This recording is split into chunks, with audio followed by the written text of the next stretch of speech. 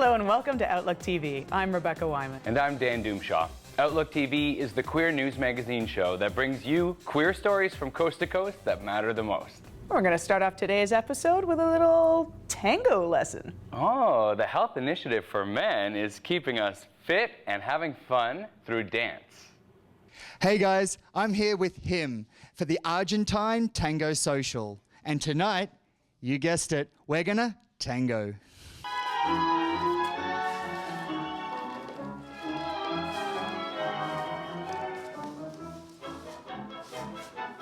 We're here with the Health Initiatives for Men Argentine Tango Social. So right next door, we've got a bunch of dancers learning how to do a very specific kind of tango called the Tango Milonguero, and it's all about close embrace. So they got up close and personal with this dance. At HIM, we have a belief that social, sexual, mental, and physical health of guys are all very equally important, and they all kind of blend into one another.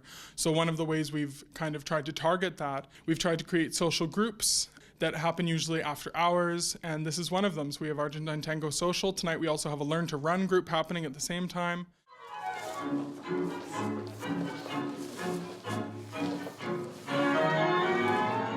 How was it? It was fun. It was lots of fun. Yeah.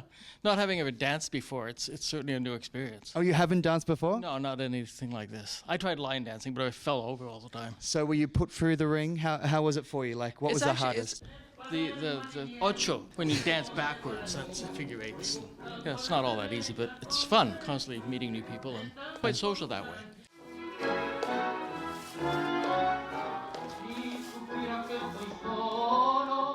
Tango is not only the dance, it's a philosophy of life. And when you live in Argentina, you feel tango all over the place. So, and here, the way we dance, the way I enjoy dancing tango is a close embrace. When you are, because there is a connection. That's the purpose of dancing, how tango was created, because the guys wanted to connect. So that's why you listen to the music, you listen to your partner, and that's the way it starts. It's very interesting to see how other guys who are not from Argentina, they can enjoy tango, because it's not only for Argentine guys. Without any dancing skills, you can access tango. You are sensitive to the music and you want to connect, to dance with other guy, you can access to tango. Yeah. This. This is a close embrace. You dance like this all the time.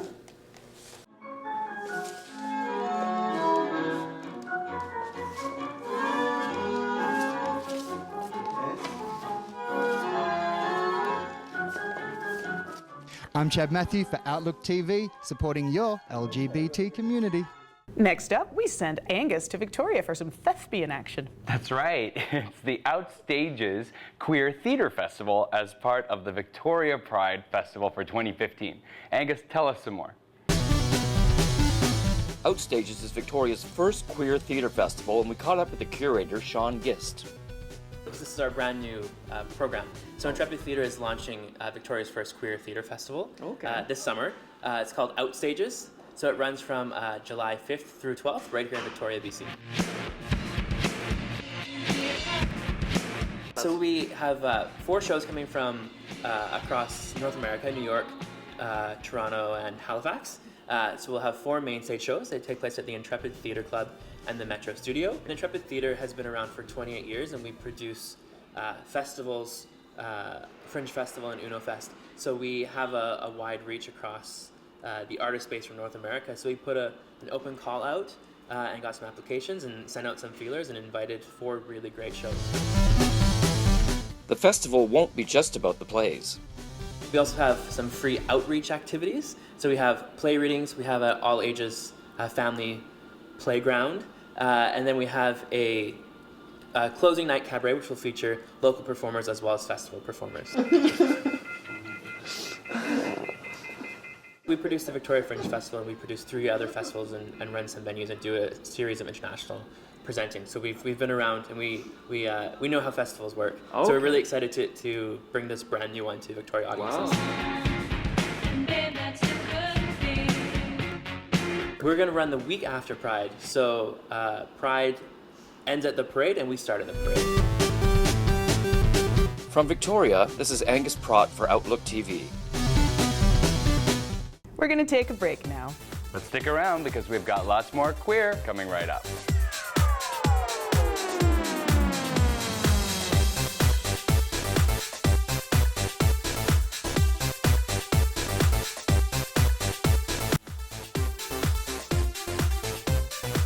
Welcome back. You're watching Outlook TV. Up next, we have the Gay Agenda with our executive community producer, Fred Camperman. Ooh, what's on the agenda besides brunch? Today, Fred brings us to the debate on sex education in public schools in Ontario. Surprise! Your kid is having sex and or exploring their sexuality, if you like it or not. A new up-to-date sex education curriculum is being introduced in Ontario by Kathleen Wynne's government. Meanwhile, conservative parents are protesting over this new curriculum by pulling their children out of schools.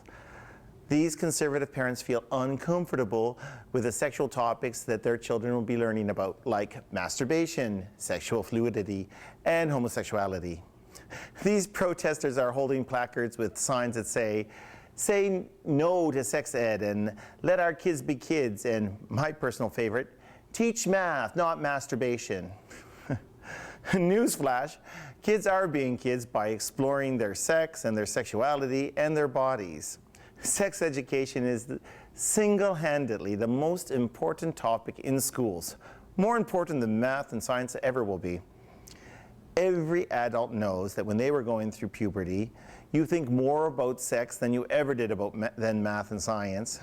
Well, here's some fun facts. Sex education will let your child know about themselves, build healthy relationships with others. Sex education will prevent unwanted pregnancies. Sex education will reduce the spread of sexually transmitted diseases. Sex education will prevent suicides, especially in the LGBTQ youth. Sex education is good economics, because if we didn't have it, then the costs, and even more importantly, the social costs, would be very high. So, why are some parents protesting against the new sex ed curriculum? Kathleen Wynne, Ontario's first openly lesbian premier, says it's that homophobia that is motivating the drive behind these protests. Opponents like progressive conservative Amonte McNaughton said that Premier Wynne is not qualified for the job to be telling parents what is age appropriate. Kathleen Wynne gave him a good old smackdown by asking him why she is not qualified to do the job. Was it because she's a woman? Because she's a mother? Having a master's degree in education? Being a school council chair? Or being the Minister of Education? What exactly doesn't make her qualified to do this job? She left it to the others to draw their conclusions about why Mr. McNaughton thinks she's not qualified to propose a new sex education. This new curriculum introduces instruction on sexual orientation and fighting prejudice. This is something that Mr. McNaughton feels parents should be able to opt out of. Ms. Wynne smacked him down again, asking him if he were premier, would he allow them to opt out of teaching evolution, which apparently some of the Conservative Party members don't believe in. Kathleen Wynne 2, McNaughton 0. To those conservative parents who are against same-sex relationships being taught in sex education, let me give you a Canadian history lesson. On July 20th, 2005, Canada became the 4th country in the world and the first country outside of Europe to legalize same-sex marriage. So, if your kids don't learn about same-sex education in one class, they'll learn about it in another. I'm Fred Camperman, and this is my Gay Agenda. And up next, we have a story by reporter Angus. And you know when it's an Angus story, it's going to be about something very stylish. That's right. Angus brings us to the Luxury Home and Design Show. You know, they tried to visit my house, but I was busy that day. Me too. Yeah. We're at the Vancouver Convention Center West for the 2015 Home and Design Show. We want to talk to some of the interior designers to see what's going on this evening. Let's go check it out.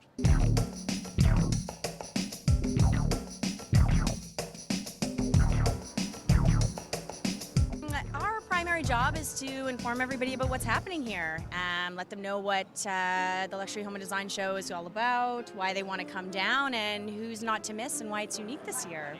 Promotional material was both in English and Chinese. Can you speak to that a little bit? Well, it's hosted by Taste of Life, which is a Chinese and English luxury magazine.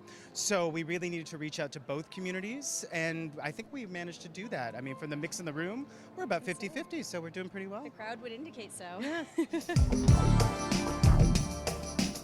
You have people who are coming in to sort of furnish their new homes, and you have people who've been living here for years. Well, developers are a huge part of the market, especially the luxury market, and so we have 16 of the city's top designers here, interior designers. We have the top landscapers, we have the top artists. They're all West Coast based, mostly Vancouver, but most of them also do work overseas, either in Europe or the Pacific Rim. We all know interior design is of interest to the LGBT community. Can you speak to that in any relation to this show? Well, we have several designers who are members of the LGBT community. I mean, it's not their foremost thing that's on their business card, but I mean, we're talking about home design. So, I mean, it's not figure skating, but it's close, right?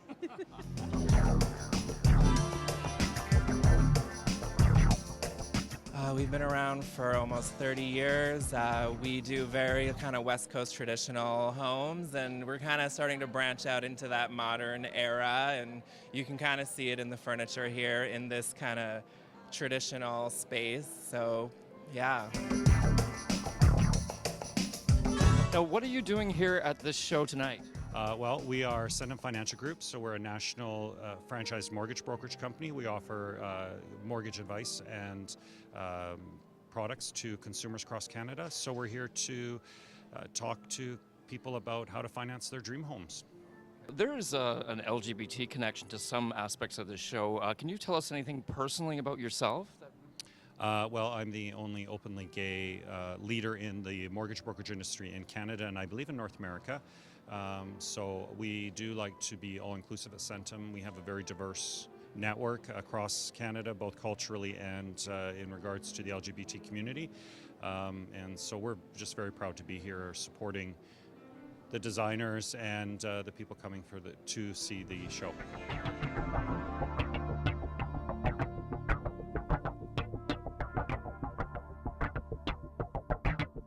It is time for us to take another break now.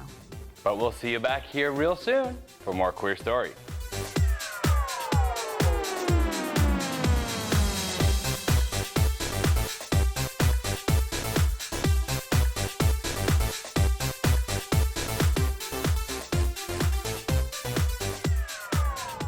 Welcome back. You're watching Outlook TV.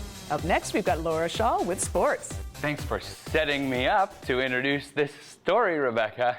Laura's going to bring us the Mr. Spiked competition in the celebration of volleyball. Over to her. The Vancouver Gay Volleyball Association is serving as a beauty pageant fundraiser tonight at Celebrities. The contestants are going to show us their best moves and looks to try and get the title of Mr. Spiked 2015. Let's dive in.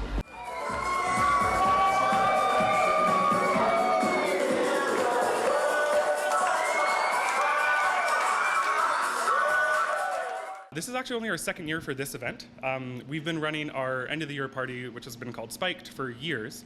But Nelson Santos, who's one of our board members, he kind of spearheaded this project last year because we wanted to have something that was kind of fresh and new and that could really bring in some money for the league. What are you bringing to the pageant for us? I'm going to bring a lot of personality. I'm going to bring a lot of fun, a little bit of body, I think. A little bit more than a little bit of body. I think that might be my one step up on some of the competitors. How did it go last year?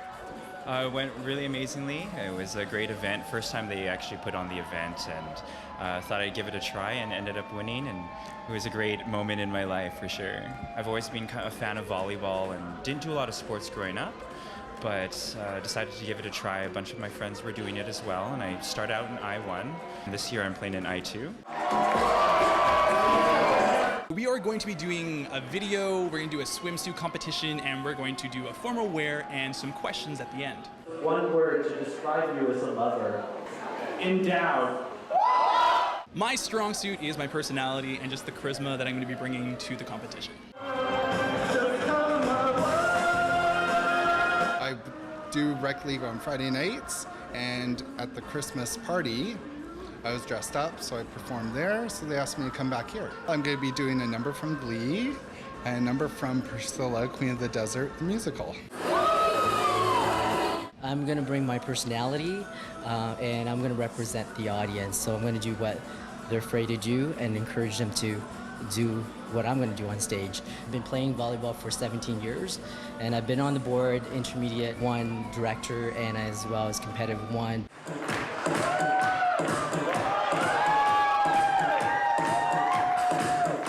With my title this year, I'm going to display it whenever I can. I think VGBA has done a lot of great things in my life for me, and I'm hoping to get other people excited about volleyball. No matter what skill level you are, whether you've played before for a long time or whether you're just a total beginner, all ages and backgrounds and everybody is welcome, and it's a really friendly environment, and I encourage people to come out and try it out, play with us.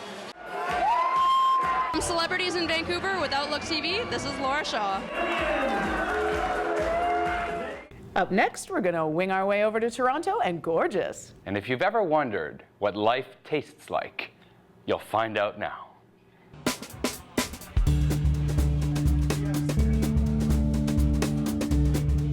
Taste for Life kicks off their restaurant event with pre-dinner cocktails at a Flair for Life. Flair for Life is part of Taste for Life and is put on by the Pride at Work Network.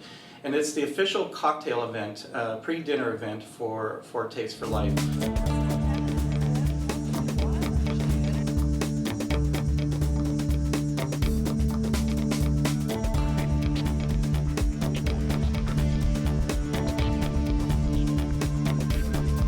A number of folks who will be attending that event tonight, and then once they're finished their fine cocktails, they'll be going to a number of the restaurants that are participating with Taste on Church Street. An event like Taste for Life requires assistance from the corporate world to run smoothly. Also, I do a quick shout out to Toronto Dominion Bank. They are our chief sponsor for Taste for Life, and we're very proud to have them as our chief sponsor for the past 15 years. For Outlook TV in Toronto, you can always call me gorgeous. Up next, 4 iconic Vancouver performers were at the Junction. That's right, it was called Ladies Light the Way. They were raising money for an important cause, and Angus is going to shed some light on this story. We're in Vancouver's Davie Village at the Junction nightclub. We're having a very special fundraiser this evening. It's their Ladies Light the Way. That's right, baby. We're lighting the way tonight just for you here at the Junction.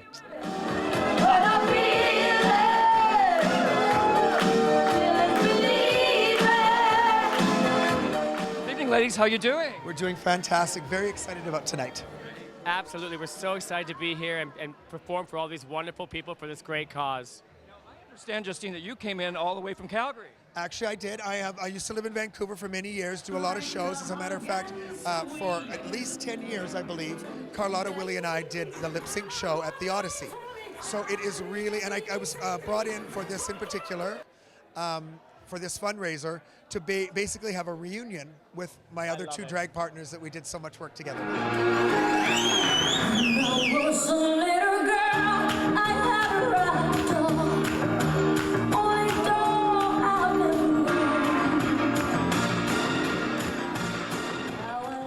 Tell our audience a little bit about Soulful Productions and the event that's happening tonight. Yeah, sure. Well, Soulful Productions, we put on events to bring awareness to global causes, awareness and funds. And so in this particular event, Ladies Light Their Way, we have 2 purposes. One is we're raising awareness to the United Nations Secretary General's Unite campaign to end violence against women. And we're also raising funds as our second purpose to IOM, the International Organization for Migration, Global Solar Lanterns Initiative, to purchase solar lanterns to better protect women and girls who are living in certain communities around the world without electricity. And what we found is a lot of these women are being attacked at night, and studies have shown that a simple light helps deter that, and so that's our little way of helping out. What a great thing to do. So what this does is it raises money to give them solar lights. They don't need electricity. It's all done through the environment. and they're going to be able to see the way to get water and be safe and protected. Great thing. Am I serious? I'm serious. I think it's amazing. You give me fever when you kiss me, fever when you hold me tight, yeah. Fever, fever all through the night. Afghanistan, Ghana, Somalia. So there's a number of areas that IOM particularly focuses on. Haiti, Philippines during natural disasters. And so they have a robust distribution. And so this is our way of helping out a little bit and have some fun doing it.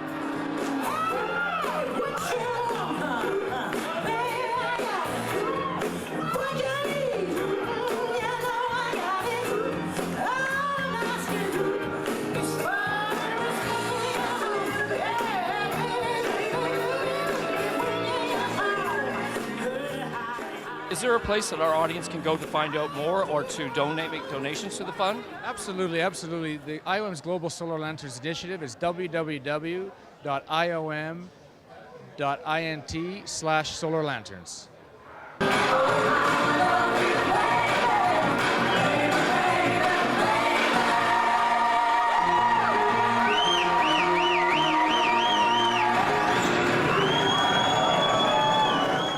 Unfortunately, that is all the time we have for this, the 2nd May episode of 2015. Unfortunately, we will be back in June with more queer stories. In the meantime, how about you follow us on Facebook and Twitter and join us? Come volunteer with us. There's lots of ways that you could join our team. For Outlook TV, I'm Dan Dumashaw. And I'm Rebecca Wyman. Stay fabulous, Canada.